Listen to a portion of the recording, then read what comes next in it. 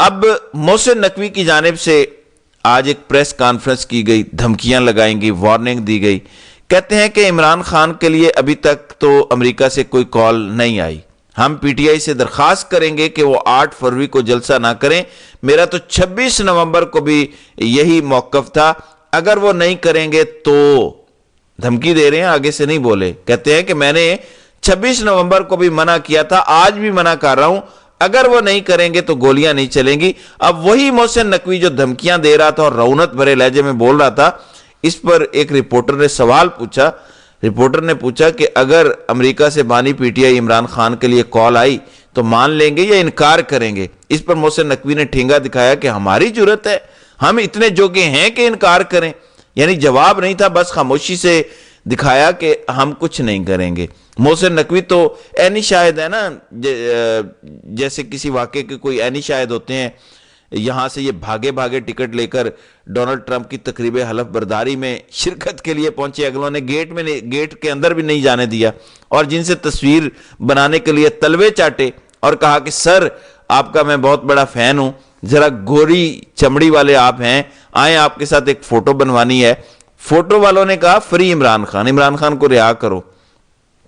اب قیدی نمبر 804 کا بھی اڈیالہ جیل سے پیغام آیا ہے، خاص کر کے 8 فروری کو لے کر، کیونکہ آج 2 فروری ہے اور تیاریاں پی ٹی آئی نے میں نے آپ کو بتایا کہ شروع کر دی ہیں.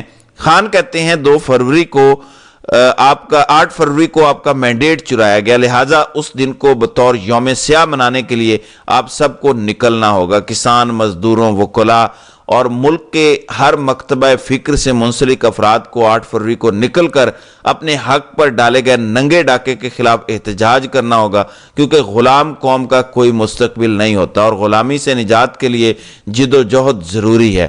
8 فروری کو اس قوم کا مینڈیٹ چرا کر ملک کو اندھیروں میں دھکیلا گیا. پاکستانی قوم نے تمام تر مشکلات کے باوجود جوک در جوک نکل کر انصاف کے حق میں ووٹ ڈالا، تحریک انصاف کے حق میں ووٹ ڈالا، مگر آپ کے ووٹ کو پیروں تلے روند کر جمہوریت پر شب خون مارا گیا. ملک میں جمہوریت کے ہاتھ پاؤں باندھ کر انسانی حقوق کی دھجیاں بکھیری گئیں.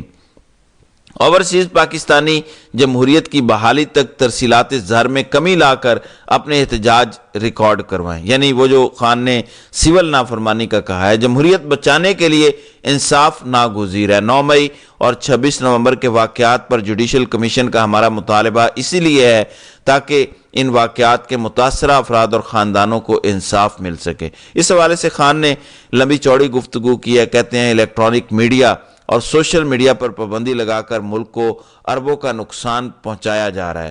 26ویں آئینی ترمیم کے ذریعے عدلیہ کے پر کاٹے گئے، ججز پر دباؤ ڈالا گیا اور انسانی حقوق کی بدترین پامالی کی جا رہی ہے. پرامن سیاسی کارکنان کے ساتھ جانوروں جیسا سلوک کیا جا رہا ہے. اب عادل راجہ جیسے لنڈے بدماش جو ملک سے باہر بیٹھ کر اندر کی خبریں دیتے ہیں، کہتے ہیں کہ عمران خان بک گیا، فلانا ہو گیا، فلانا بھی بک گیا، فلانے نے یہ کہہ دیا. وہ کہتے ہیں آئندہ سے ہماری توبہ، ہماری نسلوں کی توبہ، ہم صرف نون لیگ اور پیپلز پارٹی پر تنقید کریں گے، اسٹیبلشمنٹ کے حوالے سے ہمارے بڑوں کی توبہ. یہ عادل راجہ دعویٰ کر رہا تھا، لہٰذا آج خان نے وہ دعویٰ اٹھا کے عادل راجہ کے منہ پہ مارا ہے. خان نے کہا کہ خفیہ اداروں کا اصل کام سرحدوں کا تحفظ ہوتا ہے. اگر وہ پولیٹیکل انجینئرنگ اور تحریک انصاف کو توڑنے میں ہی لگے رہیں گے تو سرحدوں کا تحفظ کون کرے گا؟ بلوچستان میں دہشت گردی پنپ رہی ہے اور وہاں کے مسئلے کا کوئی سیاسی حل نہیں نکل رہا.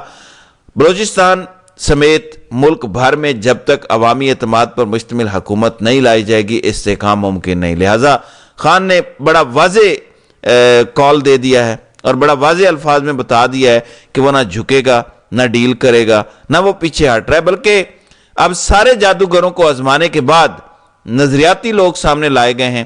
8 فروری پی ٹی آئی کے لیے ایک بڑا امتحان ہے اور ساتھ ہی ساتھ اس ناکارہ سسٹم کے لیے بھی بڑا امتحان ہے. اور اس ناکارہ سسٹم کے، اس فرسودہ سسٹم کے، اس فسطائیت سے بھرے سسٹم کے ابھی سے ہاتھ پاؤں بھول چکے ہیں اور گرفتاریاں اور کریک ڈاؤن اگلے آنے والے دنوں میں مزید تیز تر ہوگا. کیا یہ ظلم کی آندھی برداشت کر پائیں گے پی ٹی آئی کے لوگ؟